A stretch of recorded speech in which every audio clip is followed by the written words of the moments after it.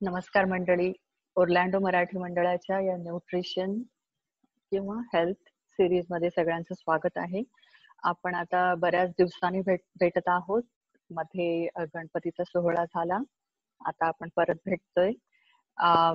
तरी चांगली संधी आहे की आता आपण रिव्ह्यू करूया की आपल्याकडे काय इन्फॉर्मेशन होती आणि आपल्याला नवीन काय इन्फॉर्मेशन हवी आहे. आम्ही ईमेल आणि व्हॉट्सअप तर्फे सगळ्यांना विचारलं होतं की तुम्हाला काही स्पेसिफिक प्रश्न असतील तर ते डॉक्टर रुपाली त्या प्रश्नाची उत्तरं देऊ शकतील या सेशन मध्ये. काही प्रश्न आलेले आहेत, काही प्रश्न आमच्याकडे रेडी आहेत आणि हे प्रश्न झाल्यानंतर तुम्हालाही संधी मिळेल तुमचे प्रश्न विचारण्यासाठी. तर मग आता आपण सुरू करूया. Rupali, thank you for joining this session. नेहमीप्रमाणे तू खूप छान माहिती देतेस आणि हा पण सेशन खूप चांगला माहितीपूर्ण होणार आहे याची खात्री आहे. तर मग आता आपण सुरू करूया. जरूर. पहिला प्रश्न राणी शिंदेने विचारला होता, पुरी तळल्यानंतरचं जे तेल असतं ते आपण जेवणामध्ये वापरावं का?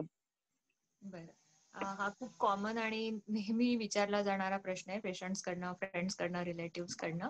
तर याचं एक शास्त्रीय उत्तर मिळाल्याशिवाय अर्थात आपल्याला नक्की कळणार नाही की खरोखर हे असं तेल वापरावं की नाही. त्यामुळे मी आज तुम्हाला 2-3 उदाहरणं देईन किंवा 2-3 कारणं सांगेल असं तेल आम्ही वैद्य लोक किंवा डॉक्टर लोक वापरू नका असं का म्हणतात. पहिली गोष्ट, तेल तळल्यानंतर ना त्याची ओरिजिनल केमिकल कंपोजिशन असतं ते बदलतं आणि तू तेल जेव्हा प्रॉपर तापवते आणि बराच वेळ ते गॅसवर ठेवते ना, तेव्हा वेगवेगळे अल्डेहाइड्स म्हण किंवा इतर सुद्धा काही केमिकल्स जे टॉक्झिन्स, साध्या भाषेत जर म्हणायचं झालं तर टॉक्झिन्स असतात आणि अशा टॉक्झिन्समुळे शरीरामध्ये वाईट कोलेस्ट्रॉल जे असतं LDLचं प्रमाण वाढू शकतं. तसंच काही अँटीऑक्सिडंट्स पण हँडल करू शकणार नाही असे कार्सिनोजेनिक केमिकल्स शरीरामध्ये तयार होतात. HNE, NE असं आम्ही त्याला शास्त्रीय भाषेमध्ये म्हणतो.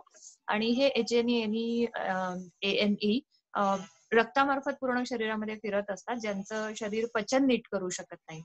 आणि ही जी केमिकल्स आहेत तिच्यामुळे वेगवेगळ्या प्रकारचे कॅन्सर, जर असं तेल तुम्ही कायम वारंवार वापरत राहिला तर होण्याची शक्यता असते.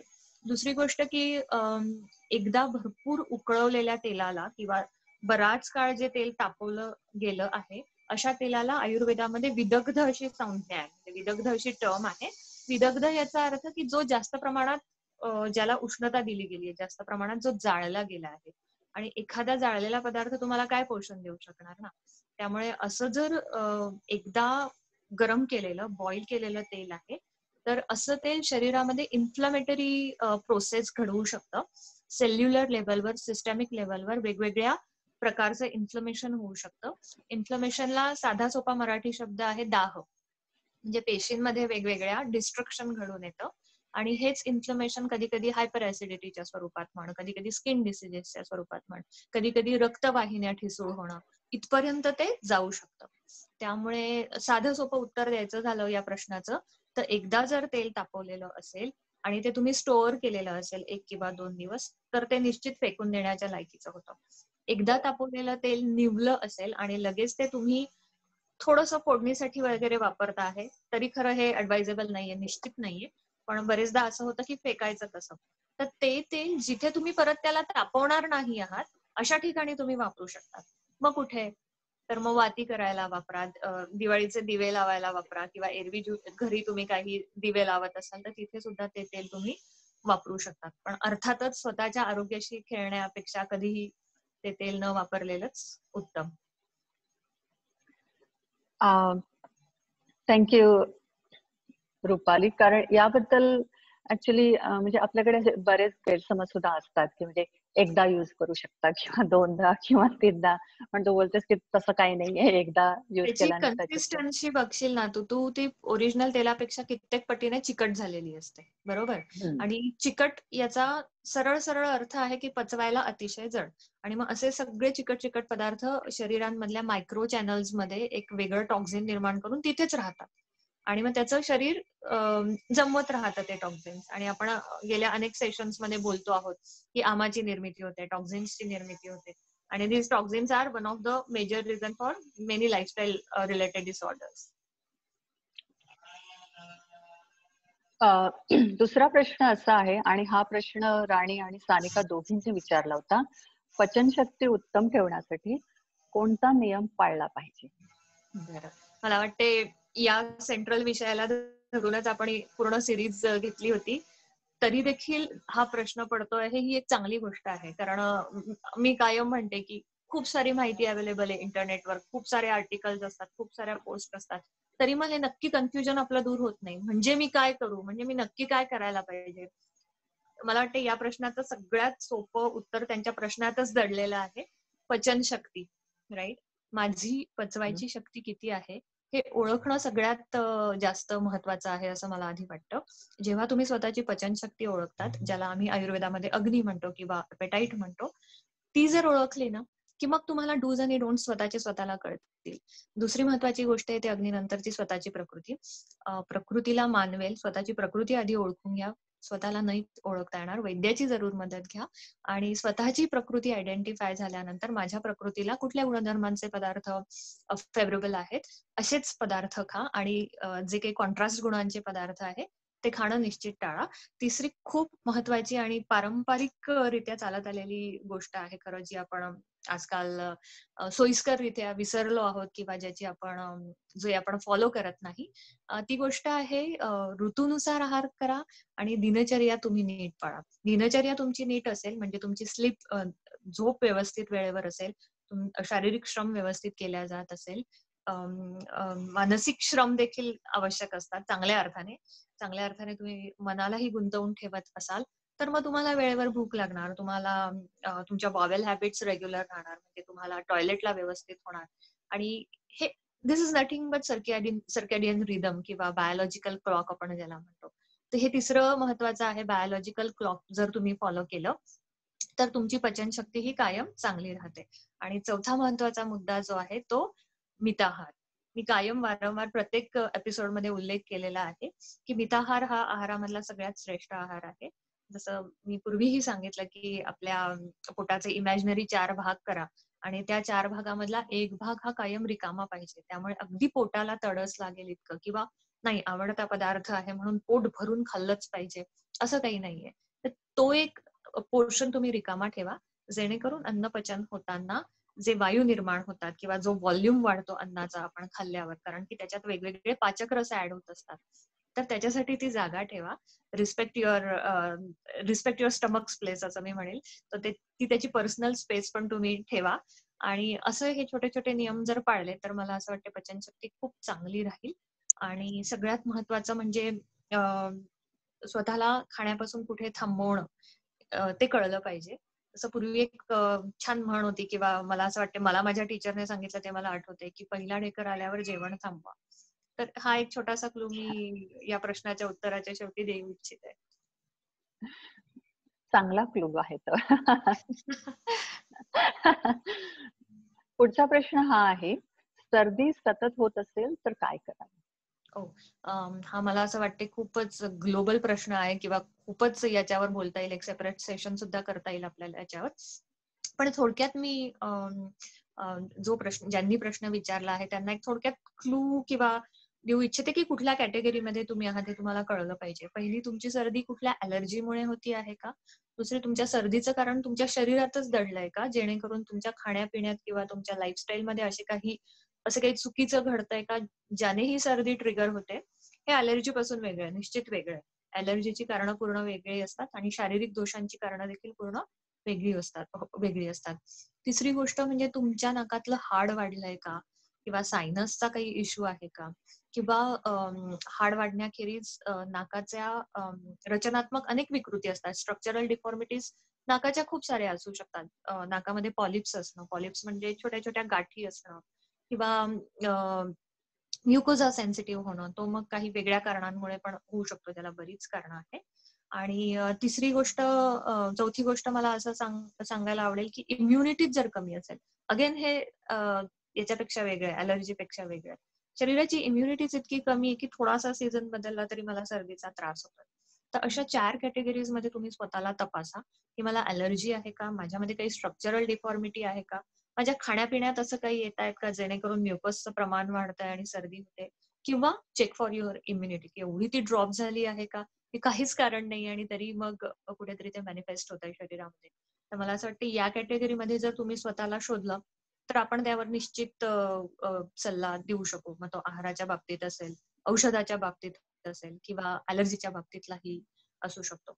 पण या सगळ्यांमधलं स्ट्रक्चरल डिफॉर्मिटी आयडेंटिफाय होणं वेळेवर फार गरजेचं आहे. कारण की बरेचदा फक्त सर्दी तर आहे, फक्त सर्दी तर आहे असं करून पेशंट्स महिनोन-महिने ढकलत राहतात आणि मग ती जी डिफॉर्मिटी असते ती जास्त वाढते. नाकातलं हाड तिरपं असणं आणि नंतर ते अजून विचित्ररित्या तिरपं होणं, इतकं तिरपं होणं की नंतर मग सर्जिकल इंटरव्हेन्शन शिवाय काही इलाज राहत नाही.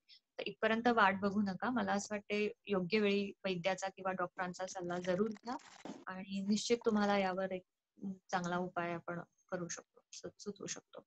ओके. पुढचा प्रश्न हा आहे, त्रिफळा चूर्ण कधी आणि किती घ्यावं? हाही प्रश्न म्हणजे वाटायला खूप साधा आहे, पण ज्यांनी विचारला त्यांना खरंच धन्यवाद हा प्रश्न विचारल्याबद्दल.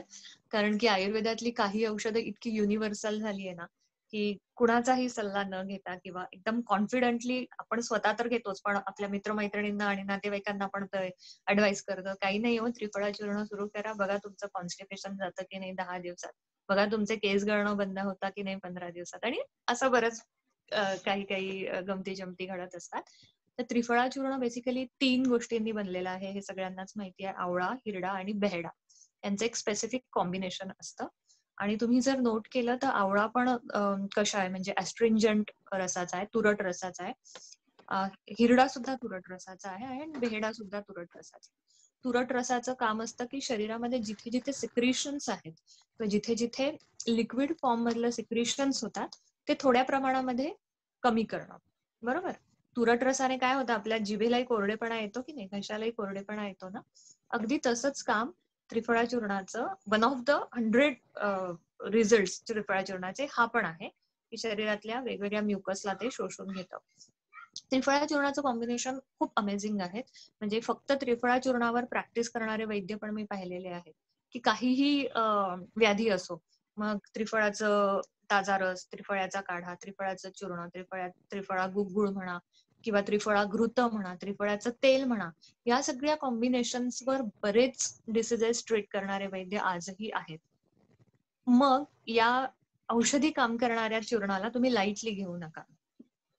तुम्ही आहार समजून तो घेऊ नका की मी आजपासून रात्री त्रिफळा चूर्ण घ्यायला सुरुवात केलं, मग ते मी घेत गेले, असं करू नका. मग आम्ही केव्हा घ्यावं त्रिफळा चूर्ण जर घ्यायचं झालं असेल तर याच्यासाठी मी 2-3 नियम सांगते तुम्हाला की सगळ्यात आधी लक्षात ठेवण्याचा एक पहिला जो नियम आहे की त्रिफळा चूर्ण हे कधीही सलग 2 आठवड्याशिवाय जास्त घेऊ नये, असा आयुर्वेदाच्या संहितांमध्ये उल्लेख आहे. अनेक औषधं दिलेली आयुर्वेदाने की हे औषधं जास्त घेतल्यास तुमच्या शरीराला त्रास होण्याची शक्यता असते. त्याच्यामध्ये त्रिफळा चूर्णाचा स्पेसिफिक उल्लेख आहे. त्यामुळे सलग 15 दिवसानंतर परत 15 दिवसांचा गॅप द्या आणि मग परत त्रिफळा चूर्ण घ्या. कॉन्स्टिपेशनसाठी किंवा पोटाच्या तक्रारीसाठी जर त्रिफळा चूर्ण घेत असाल तुम्ही तर ते अर्धा ते 1 चमच्याच्या मात्रेत कोंबट पाण्याबरोबर रात्री झोपते वेळी घ्या. डिनर नंतर लगेच नाही, तर झोपते वेळी. बरोबर. डिनर नंतर लगेच घेतलं तर त्याची ऍक्शन वेगळी होईल. त्याची ऍक्शन मग लार्ज इंटेस्टाईनवर नाही होणार, त्याची ऍक्शन स्टमकवर होणार. आणि कॉन्स्टिपेशनचा त्रास हा मोठ्या आतड्यामध्ये असतो, त्यामुळे त्यामध्ये 2 ते 3 तासाचं अंतर हवं. डोळ्यांसाठी त्रिफळा चूर्ण खूप चांगलं असतं. मग डोळ्यांसाठी घेण्याचे प्रकार खूप वेगळे आहेत. डोळ्यांसाठी घ्यायचं असेल तर आम्ही त्रिफळा घृत वापरायला लावतो किंवा त्रिफळा चूर्ण तुपामध्ये मिक्स करून घ्या सांगतो. त्रिफळा चूर्ण रसायन म्हणजे रेज्युनेशन, म्हणजे थोडक्यात इम्युनिटीसाठी जर टॉनिक म्हणून जर आम्हाला वापरायचं असेल तर त्रिफळा चूर्ण आम्ही सकाळच्या वेळेस घ्यायला लावतो. उठल्या उपाशी पोटी गरम पाण्याबरोबर त्रिफळा चूर्ण घ्या सांगतो. याखेरीज त्रिफळा चूर्णाचा लेप म्हणून उपयोग करता येतो. त्रिफळाच्या काढ्याने डोळे धुता येतात. अर्थात हे सल्ला घेऊन मगच करण्याच्या गोष्टी आहेत, परंतु एक राहावलं नाही गेलं मला की त्रिफळा चूर्णाबद्दल अजून सांगायला. तसे असंख्य उपयोग आहेत त्रिफळा चूर्णाचे. त्रिफळा चूर्णाचा उल्लेख करताना मला अजून एक गोष्ट सांगावीशी वाटते की एक्सपायरी जरूर बघा त्रिफळा चूर्णाची. 1 वर्षापेक्षा जुनं असेल तर ते त्रिफळा चूर्णाची पोटॅन्सी कमी झालेली असते. असं त्रिफळा चूर्ण तुम्ही उठणं म्हणून वापरा, पोटात नका घेऊ. मला असं वाटतं एवढ्या याच्याने प्रश्नाचं उत्तर मिळालं असेल की त्रिफळा चूर्ण आपण कसं आणि केव्हा घ्यावं. पण म्हणजे याचा अर्थ की त्रिफळा चूर्ण नियमितपणे म्हणजे समजा 2 आठवडे घेतले आणि ब्रेक घेतला, मग परत घ्यावं की नाही घ्यावं म्हणजे ऍज अ घ्यायला टॉनिक? हरकत नाहीये, पण जर तू सलग 15 दिवसाच्या पुढे घेत राहिली ना, तर तुझ्या मोठ्या आतड्यातली रुक्षता वाढत जाते आणि ज्या कारणासाठी तू औषध घेतेय ते कारण उलट वाढतं. म्हणजे कॉन्स्टिपेशनसाठी जर तू त्रिफळा घेत असेल तर कदाचित कॉन्स्टिपेशन अजून वाढलेलं तुला आढळतं. याचं कारण की तुला ते कसं घ्यायचं ते शास्त्रीय पद्धतीने माहित नाहीये, कारण प्रत्येक मेडिसिनची ही वेळ असते. ती वेळ फॉलो नसेल बरेचदा. म्हणून मग गॅप द्यायला आम्ही सांगतो, की 1 आठवडाभर घ्या, मग पुढे 1 आठवडाभर गॅप द्या, मग परत आठवडाभर घ्या हवं तर. असं केलं तर मग त्याचा ओव्हरडोस नाही होत. पण म्हणजे याचा अर्थ हे औषधासारखंच घ्यायचंय एक मी म्हणेन की नेहमी? औषधांसारखं तुला घ्यायचं असेल, नाही अजिबात गरज नाहीये. नेहमी घेण्याची अजिबात गरज नाही. तू जर स्वस्थ आहेस तर उगाच त्रिफळा चूर्ण घ्यायची तुला खरोखर गरज नाहीये. पण जर काही व्याधी आहेत, जर काही तक्रारी आहेत, तर मी म्हणेन की स्वतःच्या सल्ल्याने हे सुरू नका करू. कारण खूप सोपं वाटतं हे. हे काय आवळ्याचं तर चूर्ण आहे किंवा बेहडा तर आहे. पण तसं नाहीये.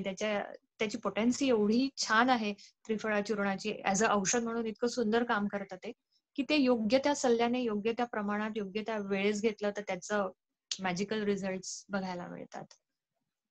तर कॅज्युअली फक्त घेऊ नका असं माझं सांगणं आहे. ओके.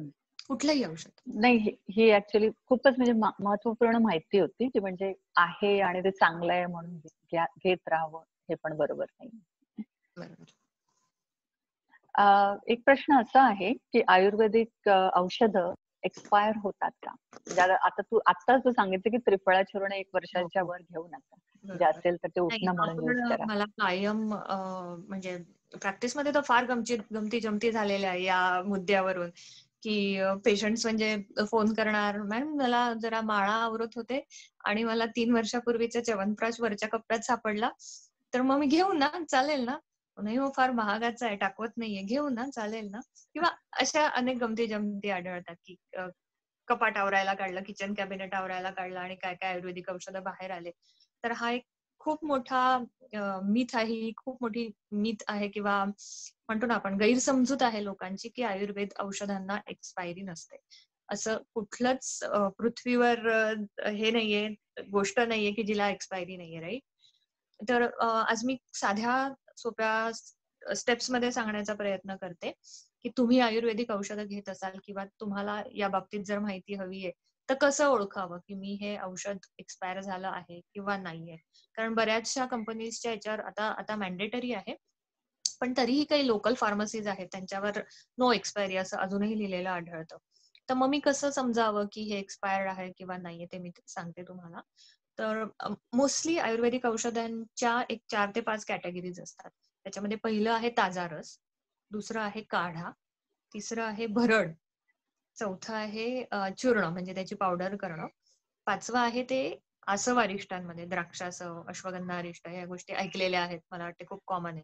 दशमूळ अरिष्ट. त्याला आसवारिष्ट गण म्हणतात आणि चौथं आहे गुग्गुळ. गुग्गुळ म्हणजे गोळ्यांसाठी जो बाइंडिंग एजंट वापरतात तो. 6 झाल्या म्हणता. आणि पुढची कॅटेगरी आहे ती च्यवनप्राशची कॅटेगरी म्हणजे ज्याला आम्ही अवलेह म्हणजे जी गोष्ट अशी जारमधनं काढून चमच्याने चाटून खाता येते त्याला अवलेह म्हणतात. तर मग या कॅटेगरीज कशा टॅली करायच्या? कुठल्या पण आयुर्वेदिक औषधी रस स्वरूपात वापरल्या जात असतील, आवळ्याचा ताजा रस, आल्याचा रस, तर त्या तुम्ही तेव्हा ताजा घेतल्या पाहिजे. तो रस ताजा असताना 2 ते 3 तासांच्या आतच 2 ते 3 तास देखील खूप होतात कधी-कधी. तो निश्चित ताजाच वापरला गेला पाहिजे. हा एक मुद्दा इथे आठवला मला. याचं अजून एक कारण आहे. कारण की भारतामध्ये म्हण किंवा बाहेर सुद्धा एलोवेरा ज्यूस आहे, आवळा ज्यूस आहे, बिटर गॉर्ड ज्यूस आहे, पंपकिन ज्यूस आहे. असे अनेक ज्यूसचे प्रकार, कोकोनट वॉटर घे किंवा काही घे. हे सगळे बॉटल्ड मध्ये किंवा भारतामध्ये जॉगिंग ट्रॅकवर असे काढून आणायला, विकायला ठेवलेले असतात. मग ते 3-4 तास तसेच तो रस राहतो. तर असा रस वापरणं कधीही योग्य नाही. म्हणून मग त्याचे काही साइड इफेक्ट्स काही पेशंट्समध्ये दिसून येतात. नॉशिया घे, व्हॉमिटिंग होतं किंवा इन्फेक्शन होऊ शकतं पोटाचं, तर असा बॉटल्ड ज्यूस किंवा काही तासांपेक्षा जास्त ठेवला गेलेला ज्यूस कधीही वापरू नये. रस कधीही वापरायला योग्य नसतो ऍज अ औषध म्हणून. सेकंड थिंग आहे जी म्हणजे आता ती वनस्पती वाळवली आहे, तिचं चूर्ण केलेलं आहे. त्रिफळा चूर्ण घे, ज्येष्ठमध चूर्ण घे, शतावरी चूर्ण घे, अश्वगंधा चूर्ण घे. अशी अनेक चूर्ण आज आपण वापरतो आहे, बरोबर? कुठे ना कुठे कधी मेहंदीत घाल, कधी फेस पॅक मध्ये घाल, कधी हेअर पॅक मध्ये घाल, कधी पोटासाठी छान म्हणून घे, कधी शतावरी कल्प उत्तम म्हणून घे. असं करत असाल तर चूर्ण ही कायम 1 वर्षाच्या आतच वापरावी. 1 वर्षानंतर ते एक्सपायर होतात, म्हणजे त्यांना बुरशी लागते किंवा ते खराब होतात असं नाही. बुरशी देखील लागू शकते, पण त्यांची पोटॅन्सी निम्म्यापेक्षा पण कमी झालेली असते. तिसरा जो प्रकार आपण म्हटला तो काढ्याचा. काढा हा पण 3 ते 4 तासांच्या आतच करावा. त्यामुळे आम्ही नेहमी काढा ताजा करून प्या, ताजा करून कोमट झाला की लगेच प्या, असं अंडरलाईन करून आम्हाला पेशंटला प्रिस्क्राईब करायला लागतं. चौथी जी कॅटेगरी मी म्हटली ती गुळगुळाची, म्हणजे टॅबलेट फॉर्म्स मध्ये आता आयुर्वेदिक औषधं मिळायला लागली आहे. तर ही जी कॅटेगरी आहे ना, हिची पोटेन्सी बराच काळ टिकते. म्हणजे जर तू त्रिफळा गुळगुळ आणलं किंवा सूतशेखर घे, हे कॉमन औषध आहे म्हणून मी यांची उदाहरणं देते. श्वासकुठार रस घे किंवा अजून तुला खूप कॉमन औषध सांगायचं झालं तर आरोग्यवर्धिनीच्या गोळ्या मिळतात. तर या गोळ्यांची पोटेन्सी 3 ते 5 वर्ष असते. 3 ते 5 वर्षानंतर त्यांची पोटेन्सी हळूहळू कमी व्हायला लागते. आणि त्याच्यानंतर आसवारिष्ट आहेत. आसवारिष्ट आर जस्ट लाईक अल्कोहोल्स, त्यांना एक सर्टन अमाऊंट मध्ये फर्मेंट केलेलं असतं आणि काही अत्यल्प प्रमाणात, खूप कमी प्रमाणात त्यामध्ये अल्कोहोलचा अंश असतो आणि दॅट इज द रिझन की ते जास्त काळ टिकू शकतात. अल्कोहोल बेसमुळे त्यातला जो औषधाचा अंश आहे तो जास्त काळ टिकून राहतो. मग ही अशी आसवारिष्ट 5 ते 7 वर्ष पण राहू शकतात बरेचदा. आणि चौथी अजून पुढची कॅटेगरी आहे ती च्यवनप्राशची मी सांगितली. च्यवनप्राश किंवा शतावरी कल्प अशा ज्या गोष्टी आहेत त्या 2 वर्षाच्या आत वापराव्या. आणि सगळ्यात महत्वाची कॅटेगरी आहेत की आजकाल औषधी तुपं पण मिळतात. त्रिफळा घृत आहे, शतावरी घृत आहे, ब्राह्मी घृत आहे, जटामांसी घृत आहे. अनेक तुपांचा खूप छान औषध म्हणून उपयोग करता येतो. तर ही तूप इतकी एक्सक्लुझिव्ह कॅटेगरी आहे आयुर्वेदिक औषधांची की हे कधीही एक्सपायर होत नाही. उलट ही औषधी तुपं जेवढी जुनी पण ती व्यवस्थित प्रिझर्व केलेली हवी. प्रिझर्व इन द सेन्स व्यवस्थित साठवलेली हवी. म्हणजे चांगल्या स्वच्छ जारमध्ये, ज्या कंटेनरचा त्या तुपाशी केमिकल रिॲक्शन होणार नाही अशा कंटेनरमध्ये म्हण, जिथे बुरशी लागणार नाही, हवा लागणार नाही किंवा पाणी जाणार नाही अशा ठिकाणी जर ती नीट स्टोअर केली तर असे औषधी तूप वर्षानुवर्ष वापरता येतात. उलट त्यांची पोटेन्सी ही वाढत जाते. आहे की नाही गमतीचा भाग? तर मला असं वाटतं की यावरनं तुम्ही अंदाज बांधू शकाल की अरे ह्या गोळ्या मी घेऊ शकते की नाही, हे चूर्ण मी घेऊ की नाही आता. हो.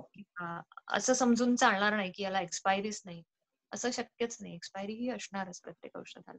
नाही, आणि तू खूप चांगल्या प्रकारे सांगितलं की कॅटेगराईज केलेलं आहे की कुठल्या प्रकारचं औषध आहे तर त्याची एक्सपायरी किंवा व्हॅलिडिटी किती दिवस किंवा किती वर्षांची.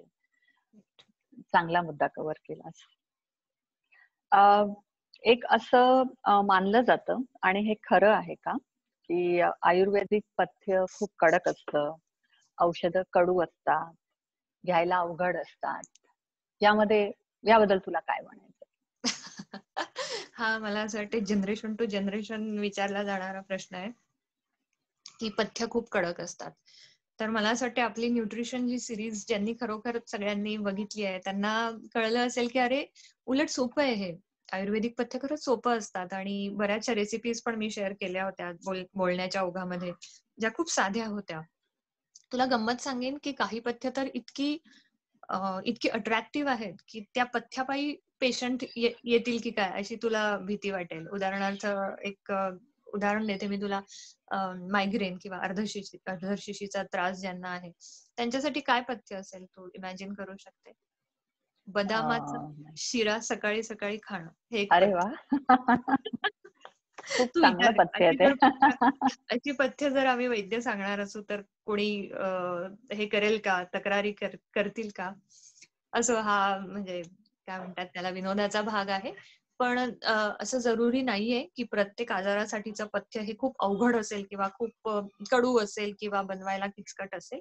उलट खूप साधी सोपी पथ्य आयुर्वेदाने सांगितलेली आहेत. आणि सगळ्यात महत्वाचा भाग म्हणजे तुमच्या रोजच्या जेवणामधले जे वापरातल्या गोष्टी आहेत, त्या खूप साध्या पद्धतीने वापरून देखील पथ्याचं जेवण तयार करता येतं. अं, वजन वाढवणं म्हण किंवा ट्युबरक्युलोसिस म्हण, इम्युनिटी कमी झाली आहे. अशा अशा गोष्टींमध्ये आम्ही जी वेगवेगळी छान सरबतं सांगतो ना, ती सरबतं जर मी आता एक-एक सांगायला लागली ना, तर तुझ्या तोंडाला पाणी सुटेल इतकी छान आहे. इनफॅक्ट माझं एक चालू आहे काम त्यावर, एक सेपरेट सरबतांचंच छोटंसं बुकलेट्स काढण्याचं. तर ती खूप छान सरबत आहे. किंवा चिकन सूप घे. चिकन सूप हे पथ्य असू शकतं यावरच बऱ्याच जणांचा विश्वास बसत नाही. पण आयुर्वेदामध्ये असं नाहीये. गोट सूप आहे, चिकन सूप आहे. तर याचाही पथ्य म्हणून काही ठिकाणी वापर केलेला दिसतो. उसाचा रस घे. उसाच्या रसाचा पथ्य कधी विश्वास बसेल का? पण काही गोष्टींमध्ये उदाहरणार्थ रिप्रोडक्टिव्ह काही डिसीजेस आहेत. मेल रिप्रोडक्टिव्ह डिसीजेस आहेत, फिमेल रिप्रोडक्टिव्ह डिसीजेस आहेत. जिथे आम्ही उसाचा रस प्या असं पथ्य सांगतो बरेचदा. त्यामुळे मला नाही वाटत की ही गैरसमजूत कशी प्रचलित झाली की आयुर्वेदाची पथ्य फार किचकट असतात वगैरे. दुसरी गोष्ट तू विचारली की औषधं ना, औषधं कडू असतात का हा. सगळीच? अं, हा आयुर्वेदाचा प्राचीन परंपरा म्हणून तू जर विचार केला ना, तर तेव्हा औषधीकरणाच्या पद्धती वेगळ्या होत्या. आजच्या पद्धती खूप वेगळ्या आहेत. पण मी आत्ताच उल्लेख केला बघ, की रस आहे किंवा वेगवेगळी चूर्ण आहे, मग गोळ्या आहेत. हे जसं-जसं पुढे जाऊ ना, तसं-तसं घेण्याचं तू बघशील सोपं होत जातं, बरोबर? रस पिणं अवघड आहे जरा, काढा करून पिणं अवघड आहे. टॅबलेट्स सोप्या आहेत, पटकन गिळल्या की झालं. मग शतावरी कल्पासारखी गोड औषधं येतात. मग च्यवनप्राश सारखी जरा टेस्टी, खूपच छान लागणारी औषधं येतात. मग साधी सोपी वाटणारी आसवारिष्टांसारखी लिक्विड्स येतात. त्यामुळे पहिली गोष्ट आयुर्वेदिक औषधं घेणं अवघड आहे किंवा ते खूप कडू असतात, हा मुद्दा पूर्ण चुकीचा आहे. सगळ्यात सोपे पेशंट्स मला हँडल करायला कायम लहान मुलं वाटतात. कारण की त्यांना दिली जाणारी औषधं बरेचदा ही खडीसाखरेतनं, लोण्यामधनं, तुपातनं किंवा मधातनं असतात. त्यामुळे माझ्या कुठल्याही लहान पेशंटने आजपर्यंत कधीही तक्रार केली नाही.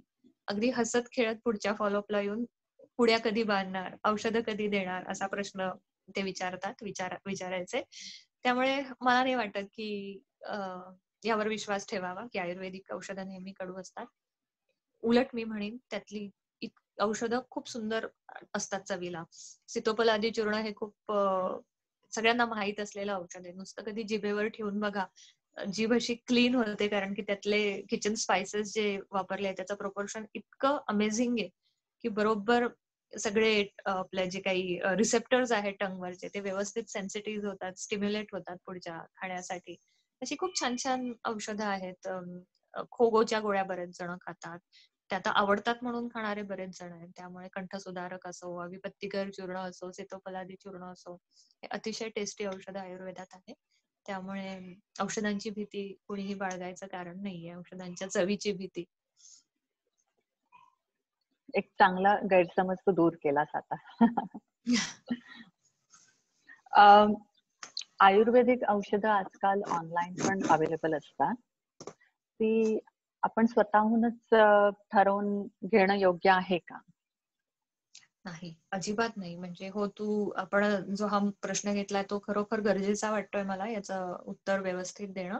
कारण की सगळ्यात अंडर एस्टिमेट आज आयुर्वेद केला जातोय. कोरोनाचं कारण हे त्याच्यासाठी किंवा अजूनही बरेच आयुर्वेदाची इंडस्ट्री ग्लोबली एवढी अफाट वेगाने वाढती आहे ना आणि तेवढंच त्याला ऍज अ मेडिसिनल सायन्स म्हणून खूप लाईटली घेतल्या जाते असं मला वाटतं.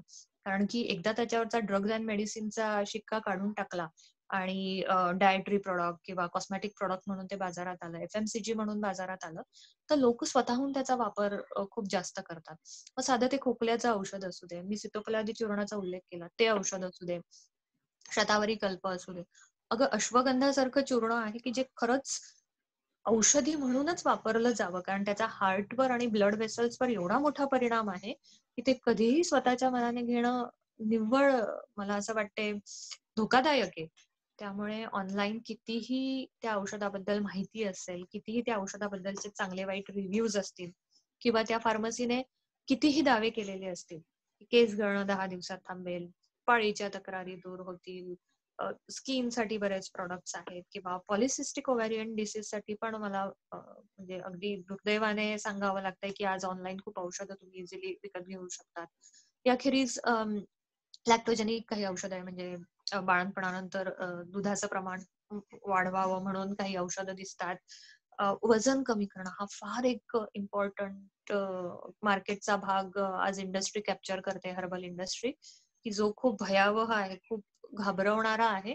कारण की हे लिटरली आरोग्याशी खेळ असेल जर तुम्ही स्वतःहून ते कुठलं औषध घेतलं तर. वजन वाढवण्याबरोबरच परत एक मोठी इंडस्ट्री येते ती परत एक मोठा जो टॉपिक येतो तो इन्फर्टिलिटीचा येतो. आणि इन्फर्टिलिटीचे पण बरेचसे पेशंट स्वतःच्या मनाने रिसर्च करतात गुगलवर आणि आपली आपण औषधं सुरू करतात. असे खूप केसेस पाहिलेल्या आहेत की मनाने औषधं घेतलं, जी शरीरामध्ये ऑलरेडी पॅथॉलॉजी झालेली आहे ती अजून कॉम्प्लिकेट झालीये आणि मग त्यासाठी अजून जास्त वेळ औषधं देण्याची गरज पडली. मी खूप सोपं उदाहरण देते तुला. केस गळण्याचं उदाहरण खूप कॉमन आहे असं आपण कन्सिडर करू. केस गळण्याचे पण खूप प्रकार असू शकतात. एकतर कोंडाहून स्किनचं इन्फेक्शन झालं आणि मग रूट्स त्याचे वीक झाले आणि मग ते केस गळतात. स्किनचा प्रॉपर डिसीज आहे म्हणून केस गळताय. तिसरी गोष्ट की तुमचं न्यूट्रिशन नीट होत नाहीये, कॅल्शियम कमी आहे, व्हिटॅमिन डी कमी आहे म्हणून केस गळतायत.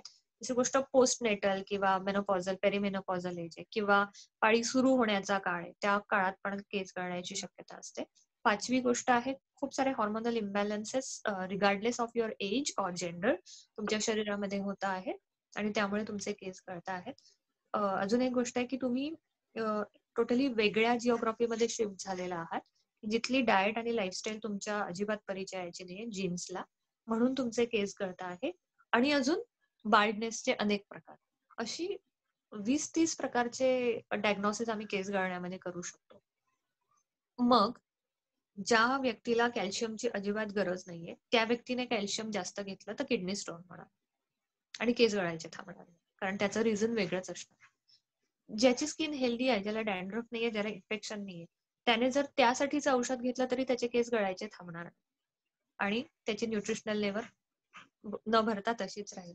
त्यामुळे या सगळ्या गोष्टीचा सारासार विचार करून मग आम्ही कुठलंही औषध पेशंटला देत असतो. त्यामुळे कृपया आयुर्वेदिकच औषध आहे, त्याचे काय दुष्परिणाम थोडी होणार असं समजू नका. स्वतःच्या शरीराशी बेसिकली खेळणं ही टेंडन्सी खूप वाईट आहे. ती मी कायम सांगत असते ही गोष्ट की प्लीज कृपया टाळा. आयुर्वेदिक औषध कुठलाही घेण्याचा मोह झाला, जरी ते कॉस्मेटिक असेल, जरी ते डायटरी सप्लिमेंट असेल, तरी कृपया आपल्या ओळखीच्या आयुर्वेदिक डॉक्टरांचा सल्ला घ्या, 2 शब्द त्यांना विचारा आणि मगच ऑर्डर प्लेस करा. बरोबर. एस्पेशली यांना प्रिस्क्रिप्शनची गरज लागत नाही, त्यामुळे खूप इझिली इझिली अवेलेबल आहे. केले जातात. राईट. एक प्रश्न असा आहे की व्हॉट्सअपवर किंवा इंटरनेटवर आजकाल खूप माहिती आपल्याला, लोकांचा अवेअरनेस ही खूप वाढलेला आहे आयुर्वेदिक बद्दल. आणि तुझा ब्लॉग सुद्धा आम्ही फॉलो करतो. पण ही जी इन्फॉर्मेशन असते ती आपल्याला कसं कळणार की ती ऑथेंटिक आहे? म्हणजे ऑफकोर्स आता तुला आम्ही ट्रस्ट करतो म्हणून एक ऑथेंटिक सोर्स आहे. बरोबर. पण त्याशिवाय म्हणजे आपल्याला कसं कळणार की आपण जे वाचतोय ते अगदी खरोखर बरोबर. आपण ते फॉलो करायला पाहिजे? खूप महत्वाचा प्रश्न आहे, कारण की आपण सगळेजण त्या माहितीच्या जंजाळात सुशिक्षित असून, वेल अवेअर असून, मॅच्युअर असून सुद्धा कळत नकळत त्यात गुंतत जातो. म्हणजे तुला अगदी गमतीशीर भाग सांगते की माझीच काही नातेवाईक मला काही व्हिडिओज पाठवतात किंवा पोस्ट पाठवतात आणि मग हे छान आहे तू करून बघ असं मलाच बरेचदा सांगत असतात, तेव्हा खूप हसू येतं. आणि आई, स्पेसिफिकली माझी आई असं करते. तर मी सांगेन छान मुद्दा आहे हा. अशा पोस्ट टॅली कशा करायचा, की या पोस्टवर मी विश्वास ठेवू का, ही पोस्ट मी फॉलो करू का? तर सगळ्यात पहिले त्या पोस्टला ऑथर आहे का हे टॅली करा. जर त्या पोस्टला ऑथर नसेल तर विसरून जा ती पोस्ट आणि कृपया कुणाला फॉरवर्ड करू नका. दुसरी गोष्ट की ऑथर असेल तर तो ऑथर डॉक्टर आहे का, वैद्यकीय क्षेत्राशी संबंधित आहे का, त्या क्षेत्रामध्ये खरोखर त्या व्यक्तीचा अनुभव आहे का?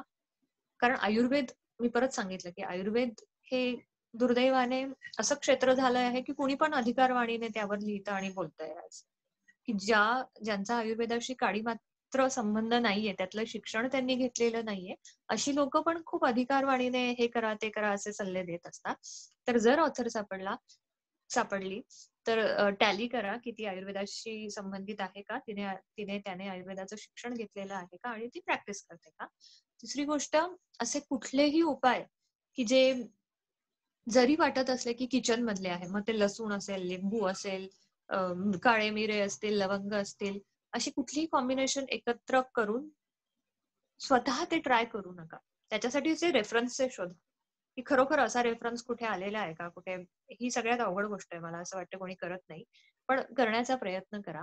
आणि हे या सगळ्या उपर जरी तुमचं कन्फ्युजन कायम राहिलं, जरी संभ्रम तुम्हाला असेल, तर निश्चित तुम्ही वैद्याचा, आयुर्वेदिक डॉक्टरांचा सल्ला घ्या. इथे परत मी म्हणेन की पोस्ट आयुर्वेदाची आहे आणि तुम्ही ॲलोपॅथीच्या डॉक्टरला विचारलं तर परत हे कुठेतरी कॉन्ट्राडिक्टरी येईल, कारण त्या डॉक्टरांना आयुर्वेदाचं काही माहिती नाही. त्यामुळे जी व्यक्ती रजिस्टर आयुर्वेदिक प्रॅक्टिशनर आहे, अशा व्यक्तीकडनं तुमचे संभ्रम कायम तुम्ही दूर करून घ्या.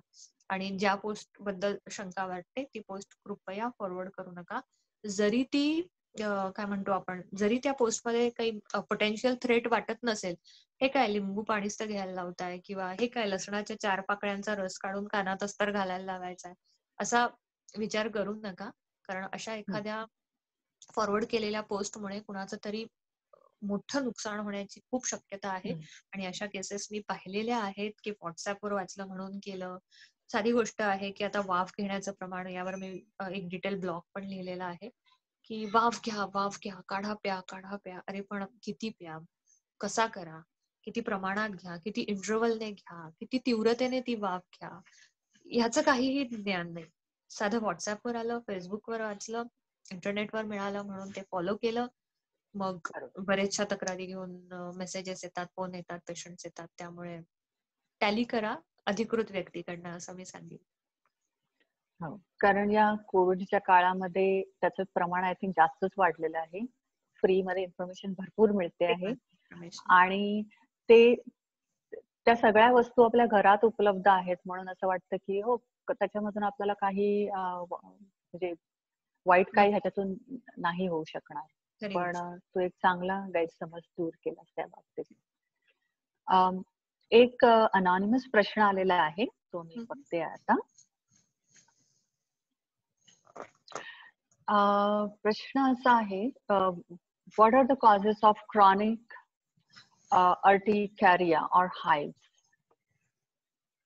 अच्छा, आपण या विषयावर खूप काळ बोलू शकतो, पण शरीराची इम्युनिटी कमी होणं, हायपर सेन्सिटिव्हिटी असणं, हे मुख्यतः कफदोषाचं आणि पित्तदोषाचं कारण आम्ही मानतो. आणि याचं रूट कॉज परत कुठेतरी वर्षानुवर्ष केलेलं चुकीच्या पद्धतीचं आहार सेवन किंवा लाईफस्टाईल हे असू शकतं, किंवा बरेचदा केवळ वातावरणाच्या बदलामुळे देखील या गोष्टी ट्रिगर होऊ शकतात. बट अगेन वीक इम्युनिटी हे याच्यासाठी कारण असतं. आणि आयुर्वेदामध्ये एक 6 ते 7 महिने तुमची आधी प्रकृती आम्ही आयडेंटिफाय करतो. त्यानुसार तुम्हाला औषधं तर देतोच, पण त्यानुसार तुमचं आम्ही आहाराचे पॅटर्न बदलतो. विरुद्ध आहार आपण बोललो होतो याविषयी, किंवा इनकॉम्पॅटिबल डाएट.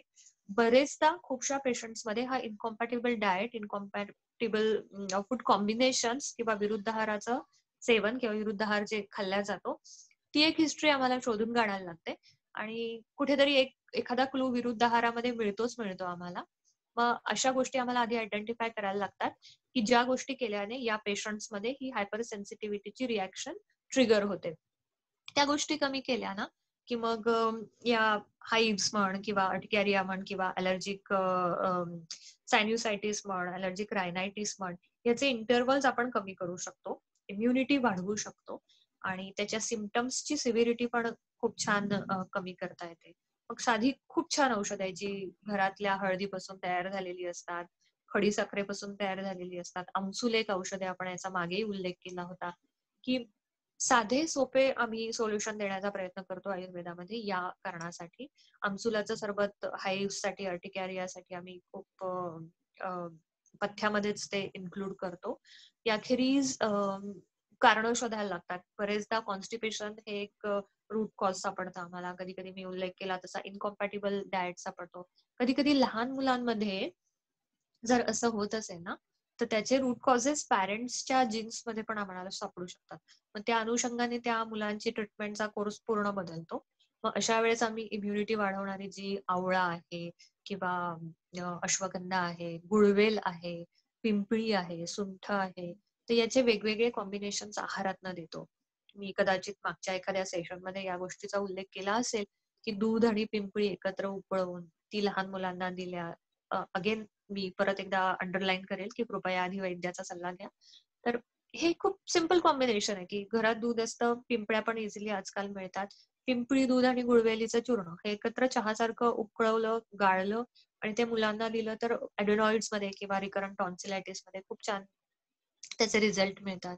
हळद, खडी साखर, गुळवेल आणि अजून काही औषधी आहे त्याच्यापासून एक चूर्ण बनतं, हरिद्राखंड चूर्ण नाव आहे त्याचं. तर त्या चूर्णाने असं ऑब्झर्व केलंय आम्ही की अर्टिकॅरियाचं प्रमाण खूप कमी होतं. शतधौत घृतासारखं एक मलम आहे, ते लावल्यावर अर्टिकॅरियाला खूप छान रिझल्ट मिळतात. मग तुम्हाला टॉपिकल स्टिरॉइड्सची गरज पडत नाही किंवा अँटीहिस्टॅमिनिकची गरज पडत नाही, कारण त्याचे दुष्परिणाम आपल्या सगळ्यांना माहिती आहे. मला असं वाटतं ही इन्फॉर्मेशन ऍज अ जनरल मी देऊ इच्छिते, पण स्पेसिफिक तुमचे काही प्रश्न असतील, तुम्हाला होत असेल किंवा तुमच्या परिचयातला कोणाचा होत असेल तर त्याची प्रकृती घेणं गरजेचं आहे, हिस्ट्री घेणं गरजेचं आहे, केस पण घ्यावी लागेल, तरच मी जास्त काही सांगू शकेन. अजून एक प्रश्न आला आहे.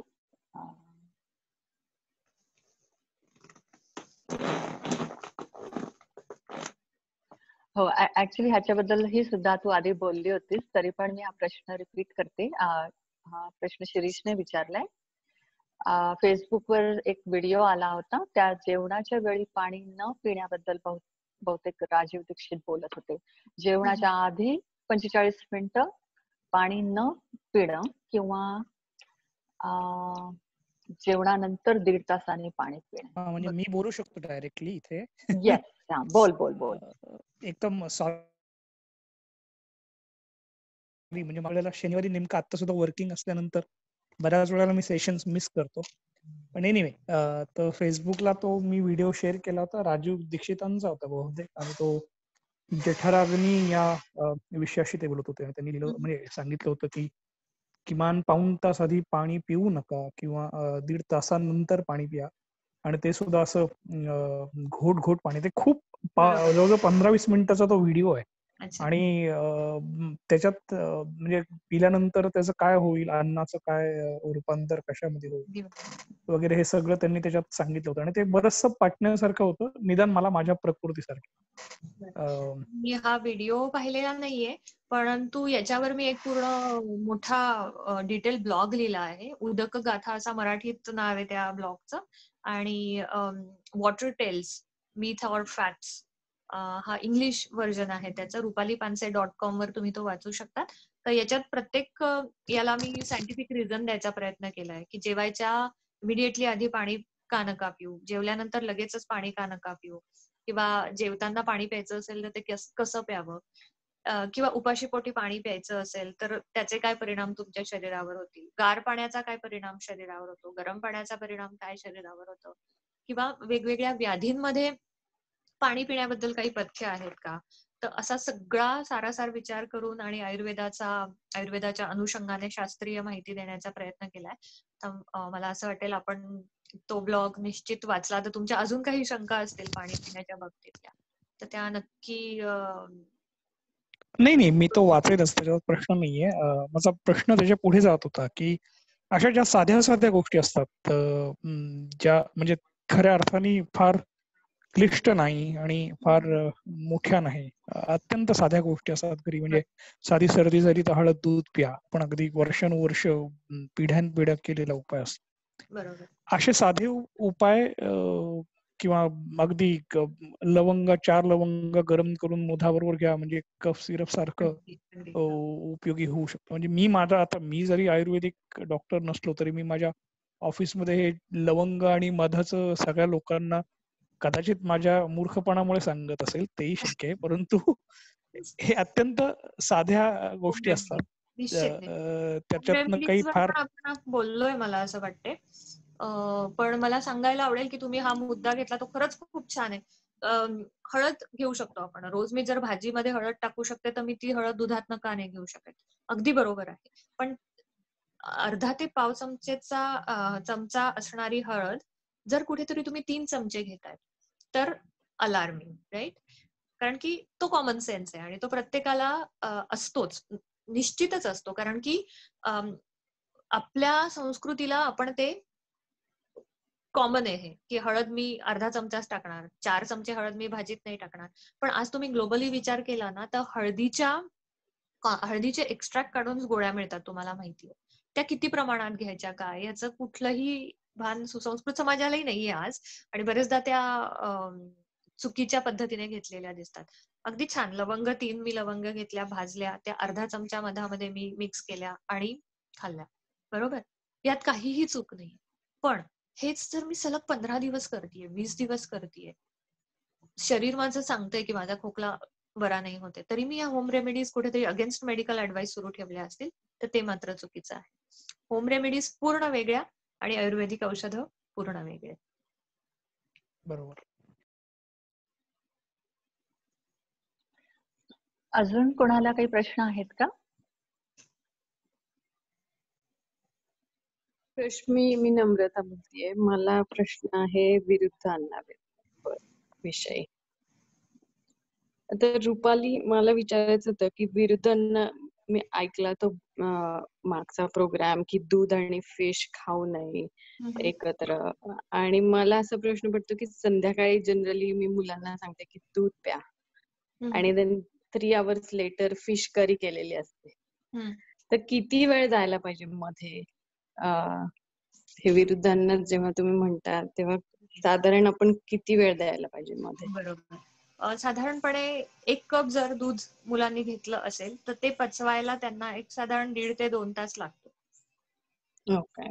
तर तेवढं सफिशियंट आहे. जेव्हा मी विरुद्ध अन्नाची कन्सेप्ट सांगितली होती ना, तर त्याचा बेसिक रूल असा आहे की 2 एकमेकांबरोबर कंपॅटिबल नसणारे अन्न पदार्थ एकत्र करणे. राईट? आयदर ते कुकिंग करताना एकत्र करणे किंवा तुझ्या जेवणाच्या थाळीमध्ये ते एकत्र असणं. राईट? दुसरी गोष्ट, ते आहाराच्या प्रमाणात खाल्ल्या गेले. समजा तू चमचाभर शिकरण खाल्लं तर ते विरुद्ध अन्न नाही होणार. बरोबर? पण तुझं बोल भरून शिकरण खातीये कारण की हा प्रमाण डाएटचं प्रमाण आहे, मग ते विरुद्ध अन्न आहे. हे विरुद्ध अन्न जर तू वारंवार खातीये तर it's going to affect your health. बरोबर? तर ह्या 3-4 गोष्टी लक्षात ठेवणं गरजेचं आहे. जर मुलं संध्याकाळी दूध पित असतील, खेळत असतील, अभ्यास करत असतील आणि त्याच्यानंतर 3-1 तासांनी फिश करी खात असतील तर मला असं वाटतं काहीच प्रॉब्लेम नाही. पण फिश करी राईसचं डिनर केलं आणि त्याच्यानंतर अर्ध्या तासाच्या आत परत जर आईस्क्रीम खात असतील, मिल्कशेक पित असतील, कॉफी पित असतील तर मग अगेन विरुद्ध अन्न. राईट. कारण इथे तर खूप आपण जातो जेव्हा ट्रिपला वगैरे जातो, मुलं मिल्कशेक घेतात, चिकन बर्गर घेतात. एक्झॅक्टली. हे कधीतरी ठीक आहे मी म्हणेन. आणि तेव्हा मी उल्लेख केला होता की एकदम लहान मुलांना विरुद्ध अन्नाचे परिणाम लवकर दिसतात. मग ॲलर्जिक रायनायटिस घे, ब्रॉन्कायटिस घे, अस्थमा घे, एक्झिमा घे किंवा लहान मुलांमध्ये असणारा कोलायटिस घे, अशी अनेक कारणं त्यांना दिसतात. ओल्ड एज मध्ये पण विरुद्ध अन्नाचे इफेक्ट लगेच दिसून येतात. यंग एज मध्ये कदाचित दिसणार नाही, पण बॉडी रजिस्टर करत असते कुठेतरी, जीन्स रजिस्टर करत असतात हे सगळे आपण जे कारनामे करत असतो खाण्याच्या बाबतीतले.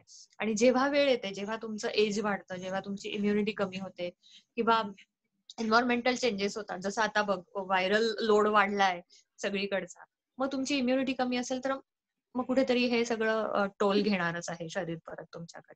त्यामुळे हे सगळे मुद्दे खूप गरजेचे आहे. ट्रिपला गेली, कधीतरी झालं तर हरकत नाही. पण मला असं वाटतं की इथे उपस्थित असणाऱ्या सगळ्यांच्या परिचयात एक व्यक्ती तरी अशी असेल की जिला ते लगेच बाधतं की मिल्कशेक प्यायली मी, हे खाल्लंय, उलटी झाली, जुलाब झाला किंवा मळमळतंय, पोट दुखतंय. त्यामुळे हे थोडंसं आपला एक लॉजिकचा भाग असू शकतो. पण जर तुमचा मुलगा कॅन्टीन मध्ये जेवताना चिकन सँडविच घेतलं, दुधाचा ग्लास घेतला, एक फळ घेतलं, तर मग हे दिस इज आयडियल एक्झाम्पल ऑफ विरुद्धांना,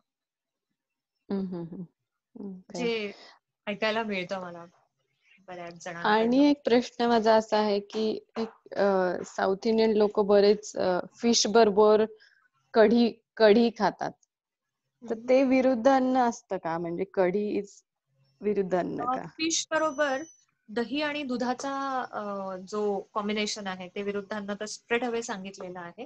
पण जेव्हा तू दह्याचं ताक करतेस ना, तेव्हा त्याचं केमिकल कंपोजिशन परत बदलतं. खूप ते डायल्यूट होतं. त्यातले बॅक्टेरियाचं प्रमाण, म्हणजे जे काही फ्रेंडली बॅक्टेरियाज असतात त्याचं प्रमाण सुद्धा खूप कमी झालेलं असतं. आणि कढी इटसेल्फ आम्ही कन्सिडर करतो की थोडंसं विरुद्धांनाकडेच जाणारी आहे. पण या लोकांना मग ती का बाधत नाही? मग परत आपण म्हणतो ना की एखाद्या गोष्टीचं सात्म्य असणं, की असे बरेच जण मला दिसतात की वर्षानुवर्ष दारू पिऊन लिव्हरचा काहीच डिसीज झाला नाही, किंवा वर्षानुवर्ष सिगरेट पिऊन पण फुफ्फुस अगदी ठणठणीत आहे. बरोबर आहे. ह्याला काय कारण असतं? ह्याला कारण असतं की तुमचं ट्रेडिशनल, तुमचं जेनेटिक कंपोजिशन, तुम्ही ज्या एन्व्हायरमेंट मध्ये राहतात त्या एन्व्हायरमेंटचा तुमच्या जीन्सवर पण परिणाम होत असतो, ज्याला एपिजेनेटिक्स असतं. तर ह्या सगळ्यांमध्ये याचं रिझन सापडतं की बंगाली लोक फिश आणि दुधाच्या मिठाया भरपूर प्रमाणात खातात, पण त्यांच्यामध्ये दिसणाऱ्या डिसिजेसचं प्रमाण निश्चित महाराष्ट्रामध्ये दिसणाऱ्या डिसिजेसपेक्षा कदाचित खूप वेगळं असतं. रादर आहेच, असा सर्वेही विरुद्धांनाच्या निमित्ताने बऱ्याच रिसर्च पेपरमध्ये मी वाचला आहे. त्यामुळे लक्षात ठेवण्याचे 3 महत्वाचे मुद्दे: वय, प्रकृती, किती प्रमाणात खाताय, किती फ्रिक्वेंटली खाताय. हे जर मुद्दे टॅली करत राहिलो टाइम टू टाइम, तर कधीतरी विरुद्धांना पोटात गेलं तरी त्याचा फारसा काही दुष्परिणाम शरीरावर होत नाही. तुझ्या प्रश्नावरनं मला एक अमेरिकेतलंच एक केस आठवली. बऱ्याच जणांनी निश्चित वाचली असणार आहे, आय एम शुअर, कारण की ती केस मागच्या वर्षीची आहे आणि खूपच गाजली होती. की एक हायस्कूल मधला मुलगा सडनली हिअरिंग लॉस आणि लॉस ऑफ विजनची तक्रार घेऊन जातो डॉक्टरकडे. सगळ्या टेस्ट नॉर्मल येतात, सगळे स्कॅन्स नॉर्मल येतात, त्याची बॉडी वेट, ओबेस पण नाहीये तो मुलगा जास्त, काहीही नाहीये, त्याचं सगळे पॅरामीटर्स नॉर्मल आहे. स्ट्रक्चरली काही डिफॉर्मिटीज नाहीये, ऑप्टिक नर्व व्यवस्थित आहे, कानाचे इंटरनल जे काही स्ट्रक्चर आहेत त्याच्यामध्येही काही परिणाम नाहीये किंवा तेही व्यवस्थित स्कॅन मध्ये हेल्दी आहे. तरी he is losing his site gradually आणि त्याची ऐकण्याची क्षमता पण कमी होते आणि आता तो मुलगा पूर्णपणे ब्लाइंड आहे आणि त्याला अजिबात ऐकू येत नाही. तर जेव्हा ही केस ग्रुप ऑफ डॉक्टर्सने ट्रेस करायची ठरवली, नक्की काय आहे हे, म्हणजे याच्या मागे कारण काय नक्की, मग ते कुठेतरी न्यूट्रिशनवर येऊन थांबले, कारण की त्यांना व्हिटॅमिन बीचं प्रमाण कन्सिस्टंटली कमी दिसत होतं आणि HB त्याचं कमी येत होतं त्या मुलाचं, पण सप्लिमेंट्स देऊन पण उपयोग होत नव्हता त्याला. मग त्याची हिस्ट्री डीक केल्यावर असं आढळलं की त्या मुलाला एलिमेंटरी स्कूलमध्ये असल्यापासून, म्हणजे अगदी 5-6 वर्षाचा असल्यापासून सिलेक्टिव्ह फूडची एक डिसऑर्डर असते की एक सर्टन टेक्स्चर त्या मुलांना आवडत नाही, हे गिळगिळीत आहे, हे ओलंय, हे मला नको, किंवा गोडच हवं, असं एक ते दॅट इज सायकोलॉजिकल खरं तर इश्यू आहे तो. तर त्या मुलाला ती सिलेक्टिव्ह फूड खाण्याची डिसऑर्डर होती आहे. अनफॉर्च्युनेटली पॅरेंट्स कडनं पण ते नीट डील केल्या गेलं नव्हतं. त्या मुलाचा रोजचा जेवणामध्ये फ्राईज, चिकन सँडविच पण नाही, मला असं वाटते रेडी टू इट काय मिळतं इथे, ते मला अजून इथले शब्द हे नाही मिळत, स्टीक आणि स्टेक काय म्हणतात ते, आणि सोडा, असं त्याचा एक ठराविक पॅटर्न होता. या पॅटर्नच्या पलीकडे तो मुलगा काहीच खायचा नाही, किंवा सिरियल्स नाही, कुठलं ग्रेन्स नाही, धान्य नाही, काहीही नाही. आणि वर्षानुवर्ष त्याचा हा पॅटर्न सुरू राहिला, ज्याने स्ट्रक्चरल काही डिफेक्ट्स नाही झाले त्या मुलाला, परंतु सेन्स ऑर्गनच्या फंक्शन्सवर त्याचे परिणाम दिसले. आणि तुला खूप आश्चर्य वाटेल की अक्षरशः विरुद्धांनांचा परिणाम हा इन्फर्टिलिटी पासून hearing loss to hearing losing vision इथपर्यंत आयुर्वेदामध्ये दिलेला आहे की सतत जर हे विरुद्धांना खात राहिला तुम्ही तर अंधत्व येणार, बाधिर्य येणार, इव्हन इन्फर्टिलिटी पण येऊ शकते. मग ही कुठेतरी लिंक आहे ना, की मी थोडंसंच खाल्लं, मी आजच खाल्लं, मी 15 दिवसापूर्वी खाल्लं होतं, पण जसं मी म्हटलं की त्याचे छोटे छोटे डिपॉझिट्स प्रत्येक सेलमध्ये साचत जातात आणि मग ओव्हर द पिरियड ते कुठेतरी मॅनिफेस्ट होतं. तर मला असं वाटतं हा एक विरुद्धांनाचा ब्लॉग मी लिहिलेला आहे रुपालीपानसे.com वर. तुम्ही निश्चित वाचा, कारण की पूर्ण अगदी. सायंटिफिक सोर्सेस सगट मी तो दिलेला आहे. तर आणि याही उपर thank you. This was so important. Thank you. हो, बरोबर आहे. नम्रता, थँक्यू फॉर दॅट क्वेश्चन. एक चांगली महत्वपूर्ण माहिती आपल्याला मिळाली. आता आपण ऑलमोस्ट 1 तास झालेला आहे. आपण काही फायनल कोणाला प्रश्न असेल तर घेऊ शकतो.